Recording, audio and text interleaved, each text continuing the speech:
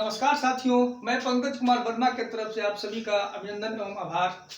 आज हम लेकर के आए हैं आप लोगों के लिए इकाई, मापन एवं क्षेत्रमिति, जो अध्याय आपका 5 है। तो आज हम चालू करेंगे, आप लोगों के लिए शुरू करेंगे अध्याय 5, जिसमें हम लोग पढ़ेंगे इकाई, मापन एवं क्षेत्रमिति।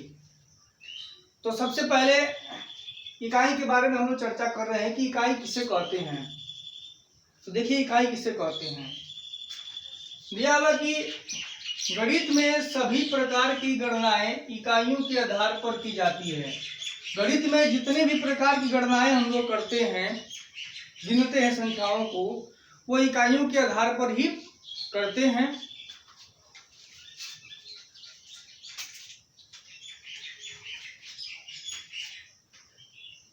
जैसे में दिया है आपका यहाँ पर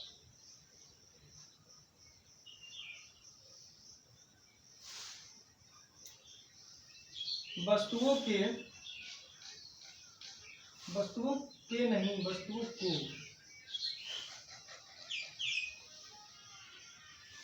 गिनने की इकाइयां, वस्तुओं को गिनने की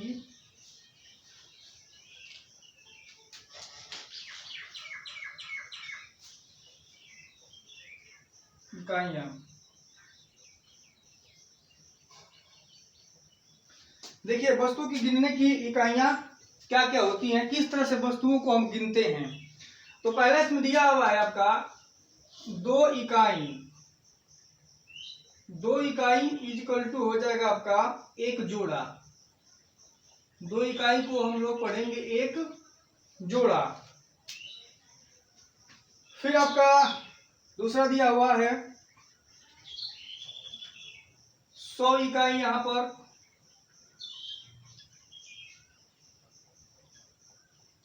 100 इकाई को पढ़ेंगे एक सैकड़ा।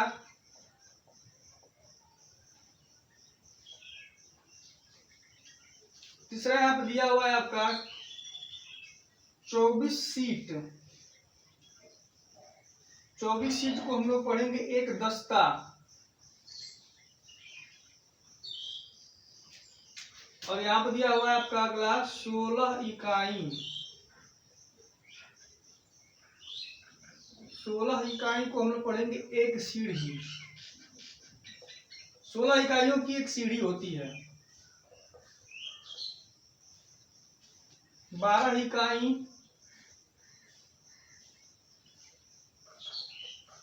बराबर होता है एक दर्जन। और 20 दस्ता बराबर होता है एक रीम। आगे दिया है आपका 20 इकाई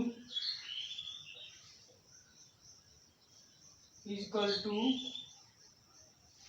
एक स्कोर।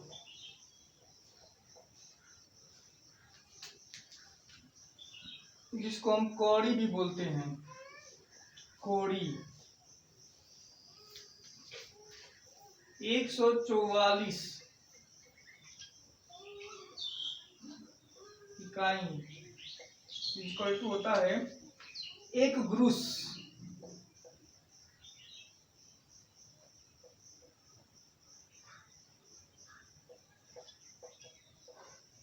और अगला आपका है 12 दर्जन। 12 दर्जन इक्वल टू हो जाएगा एक ग्रुस।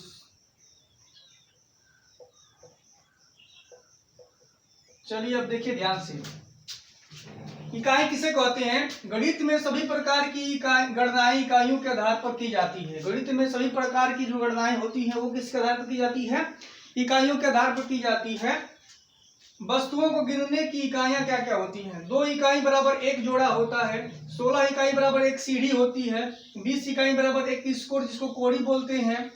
100 इकाई इक्वल टू एक सैकड़ा होता है। 12 इकाई इक्वल टू एक दर्जन होता है। 144 इकाई इक्वल टू एक ग्रुस होता है। 24 सीट इक्वल टू एक दस्ता होता है। 20 दस्ता इक्वल टू एक रीम होता है। और 12 दर्जन इक्वल टू एक ग्रुस होता है। तो ये विभिन्न प्रकार की वस्तुओं को गिनने की इकाइयां हैं जिनका प्रयोग हम लोग क्वेश्चनों में करते हैं, और क्वेश्चन में हम लोग इसको जो प्रयोग करेंगे तो हमको इसके बारे में पूरा डिटेल जानकारी भी मिल जाएगी कि कौन क्या होता है, कैसे होता है।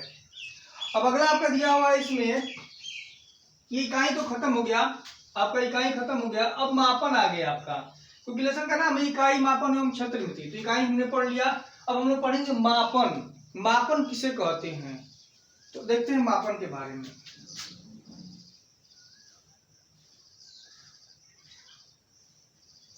मापन,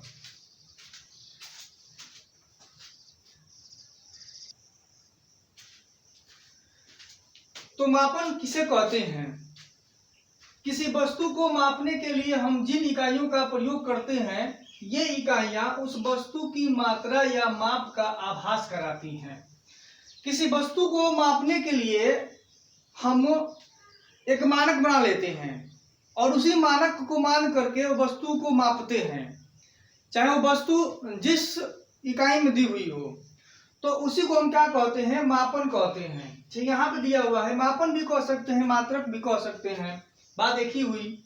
किसी वस्तु को मापने के लिए हम जिन इकाइयों का प्रयोग करते हैं, ये इकाइयां उस वस्तु की मात्रा या माप का आभास कराती हैं। हमने सिंपल में यहाँ पे नोट कर दिया है। जैसे दिया है कि घंटा, मिनट, सेकेंड आदि उसकी अवधि का बोध कराती हैं। जैसे कि समय को मापना है हमको, तो हम घंटा से, मिनट से मापते हैं।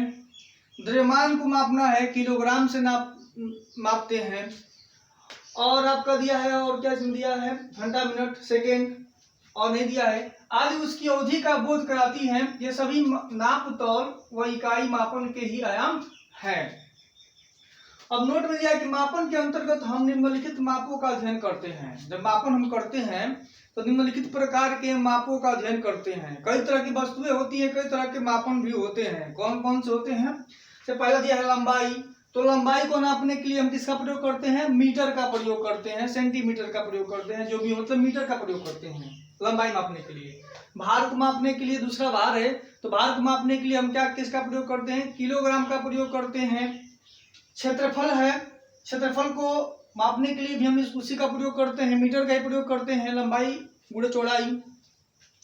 और आयतन को भी नापने के लिए हम उसी का प्रयोग करते हैं, लंबाई गुणे चौड़ाई गुणे ऊंचाई। तो ये सभी जो दिया हुआ है आपको, मापन के अंतर्गत हम निम्नलिखित मापों का अध्ययन करते हैं। लंबाई का, भार, समय, क्षेत्रफल, आयतन, इन सभी के बारे में हम एक एक करके चर्चा करेंगे डीपली जा करके। तो देखते हैं आगे के कुछ डिफिनेशंस।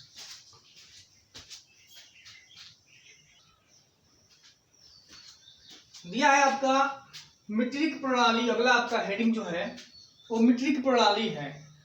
मीट्रिक प्रणाली जो है, मीट्रिक प्रणाली का अर्थ उस प्रणाली से है जिसमें माप का आधार मीटर होता है, और इस प्रणाली का प्रयोग हम करते हैं विभिन्न प्रकार के देशों में, विभिन्न देशों में करते हैं, व्यवहारिक रूप में करते हैं। यही प्रणाली जो है बहुत ज्यादा प्रचलित है, मीट्रिक प्रणाली आपका। मीट्रिक प्रणाली में इकाइयां, अगला हेडिंग आपका इसके बाद है कि मीट्रिक प्रणाली में इकाइयां। मीट्रिक प्रणाली में 5 मुख्य इकाइयों के अंतरराष्ट्रीय नाम इस प्रकार हैं। मीट्रिक प्रणाली में 5 मुख्य इकाइयां हैं और इसके अंतरराष्ट्रीय नाम दिए गए हैं। कौन कौन से हैं? पहला आपका लंबाई है, जिसको हम इंग्लिश में लेंथ लिखते हैं, और लंबाई को हम लेंथ लिखते हैं। इसका जो मात्रक मीटर होता है, और इसको हम एम से डिनोट करते हैं। मात्रक मीटर होता है और एम से डिनोट करते हैं मीटर को। भार है, इसको वेट भार, इसको इंग्लिश में वेट लिखते हैं, और इसको हम ग्राम, भार को का जो अंतरराष्ट्रीय जो नाम जो दिया हुआ है वो भार, इसको हम ग्राम से डिनोट करते हैं, जी, स्मॉल जी से। तीसरा आपका समय, टाइम है, जिसका मात्रक सेकेंड होता है, इसको हम एस, स्मॉल एस से डिनोट करते हैं। क्षेत्रफल होता है, जिसका मात्रक वर्ग सेंटीमीटर, स्क्वायर सेंटीमीटर होता है, उसको हम सीएम से डिनोट करते हैं। और आयतन का जो होता है वो घन सेंटीमीटर होता है या घन मीटर भी होता है। तो क्यूब सेंटीमीटर या क्यूब मीटर से इसको हम डिनोट कर लेते हैं। अब यह है आपका अगला कि मीट्रिक मात्रकों के अपवर्तक एवं अपवर्त्य। मीट्रिक मात्रकों के अपवर्तक होते हैं और अपवर्त्य भी होते हैं। तो वो क्या क्या होते हैं। जैसे दिया है आपका अपवर्तक, जिसको हम मल्टीपल कहते हैं। तो अपवर्तक में आपका आता है डेका, हेक्टो और किलो। Deka, hecto, kilo. तो डेका यानी कि डी, इसको कैपिटल डी से डिनोट करते हैं, क्योंकि हम DECA लिखते हैं डेका, तो इंग्लिश का पहला अक्षर से हम डिनोट करते हैं। डेका को डी से डिनोट करेंगे और मान इसका हो जाएगा 10⁻1 यानी कि 10। डेका का मतलब 10। हेक्टो, हेक्टो को हम कैपिटल एच से डिनोट करते हैं, और क्योंकि ये HECTO होता है, और इसका मान हो जाएगा 10⁻2, जिसको हम 100 लिखेंगे, बराबर 100 होता है। 100 2 जीरो का मतलब 2 पावर, 1 जीरो का मतलब 1 पावर, 3 जीरो का मतलब 3 पावर। अगला आपका होता है किलो, KILO, किलो। तो किलो को हम K से डिनोट करते हैं, और इसका मान होता है 10⁻3, जिसको 1000 हम लिख सकते हैं। इसी तरह से दूसरा आपका दिया हुआ है अपवर्त्य। जैसे अपवर्तक दिया हुआ है, इसी तरह अपवर्त्य भी दिया हुआ है। तो अपवर्तक में आपका था डेका, हेक्टो, किलो, जिसमें आपने देख लिया। अब अपवर्त्य में आपका आएगा नाम चिन्ह मान में deci, centi, milli. Deca, hecto, kilo, deci, centi, milli. तो डेसी को इस मान हम डी से डिनोट करते हैं, क्योंकि ये अपवर्त्य है, अपवर्तक नहीं है, और इसका मान 10⁻−1 होता है, और माइनस लगने का मतलब कि 1/10 हो जाएगा। जब ये 10 ऊपर जाएगा तो माइनस पावर लग जाएगा। सेंटी का मतलब सी से डिनोट करेंगे इसको, क्योंकि सेंटी लिखेंगे तो, और इसका वैल्यू होता है 10⁻², जिसको 1/100 लिख देंगे। और मिली होता है जिसको चिन्ह जिसका m होता है, और इसका वैल्यू होता है 10⁻3, जिसको 1/1000 लिख देंगे, क्योंकि 3 जीरो ऊपर जाएगा तो आपका हो जाएगा।